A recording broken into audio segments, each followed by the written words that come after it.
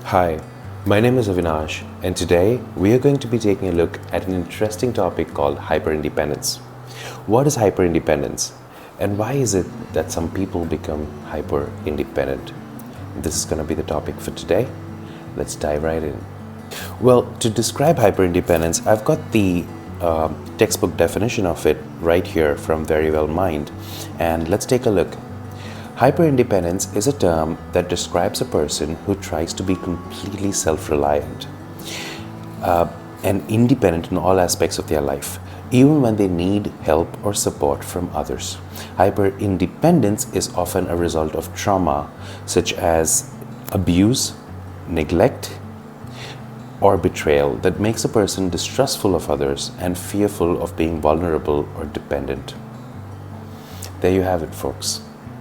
Hyperindependence can be the result of trauma, abuse, or neglect. And you often see this with people who are amidst a smear campaign, because there, even your own friends or people you've trusted a lot end up turning into someone else's flying monkeys. And after coming out of something like a massive smear campaign, it becomes very difficult for you to trust anybody. As a result, you try to be hyper-independent, you try to be self-reliant, and even when you are extremely stressed out and know that you need help, you often struggle to seek out that assistance. Now let's take a look at what are the other causes that can lead to someone from being hyper-independent. Well, the first reason for hyperindependence, this probably is a no-brainer, is being let down by people over and over again repeatedly. Over a period of time, you tend to become distrustful of others, even those who are trying to get truly, genuinely close to you. And for that reason, you end up isolating yourself and turning into self-reliance to go about your everyday activities. The second reason could be simply your personality traits.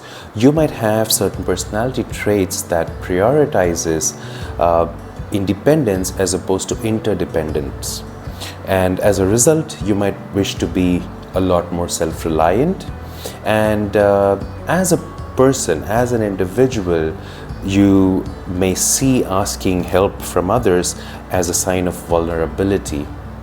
The third reason you could become hyper-independent is culture or family.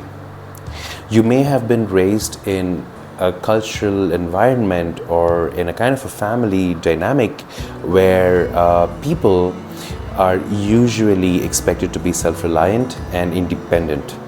And if you're from such kind of a culture or a family setup, you might again see asking for help from others as a sign of vulnerability, right? And hence become self-sufficient and hyper-independent over a period of time. Those are the three other causes apart from trauma and abuse that a person can become hyper-independent. I hope this information was helpful, and I'll see you in the next video next week.